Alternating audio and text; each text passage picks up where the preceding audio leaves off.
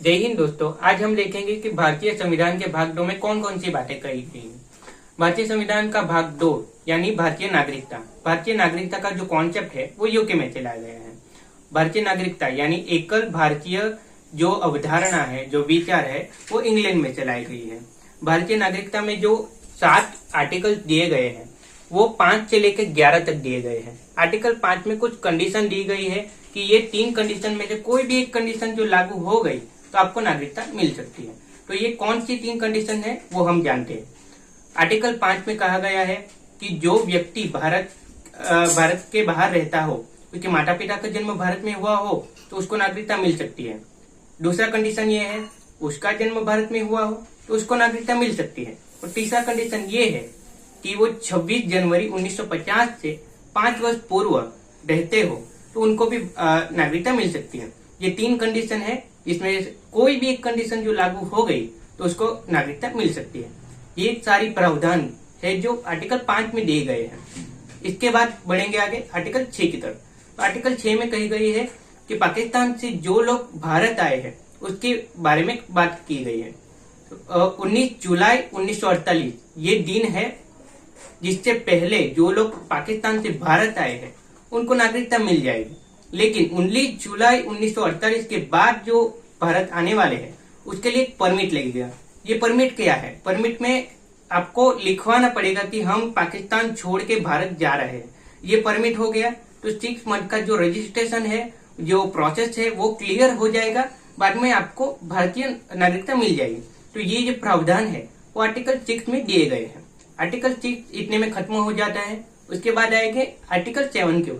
Article 7 में कहा गया है जो लोग भारत से पाकिस्तान गए हैं और पाकिस्तान से वापस भारत आने वाले हैं ऐसे लोगों की नागरिकता 1 मार्च 1947 से बाद जो लोग भारत से पाकिस्तान गए हैं और पाकिस्तान से भारत वापस आने वाले हैं ऐसे लोगों को 6 मंथ का रजिस्ट्रेशन करवाना पड़ेगा। वो रजिस्ट्रेशन हो जाएगा, उसके बाद उनको भारत की नागरिकता मिल जाएगी। इतनी बात है जो आर्टिकल 7 में कही गई है। आर्टिकल 7 के बाद आएंगे आर्टिकल 8 की तरफ। आर्टिकल 8 में कहा गया है कि जो व्यक्ति विदेश में रह रहा हो और उसके जो माता पिता है वो भारत में रह रहे हो तो उसको भारत की नागरिकता मिल सकती है। लेकिन अगर वो व्यक्ति विदेश की नागरिकता ले ले तो उस कंडीशन में भारत की नागरिकता उसको नहीं मिलेगी। ये जो बात है वो आर्टिकल 8 में कही गई है।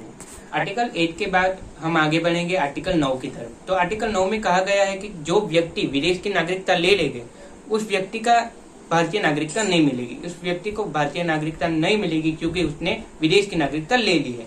ये जो बात है वो आर्टिकल 9 में कही गई है। और आर्टिकल 10 में कहा गया है जो भी व्यक्ति देशद्रोह में कार्य करेगा उसकी नागरिकता छीन ली जाएगी। ऐसा कार्य जो देश हित में नहीं है वो करे तो उसकी नागरिकता रद्द कर दी जाएगी या छीन ली जाएगी। इतनी जो बात है वो आर्टिकल 10 में कही गई है। उसके बाद आएगा आर्टिकल 11। आर्टिकल 11 में कहा गया है जो नागरिकता अंगों के नियम है वो संसद बनाएगी। संसद का गृह मंत्रालय बनाएगा।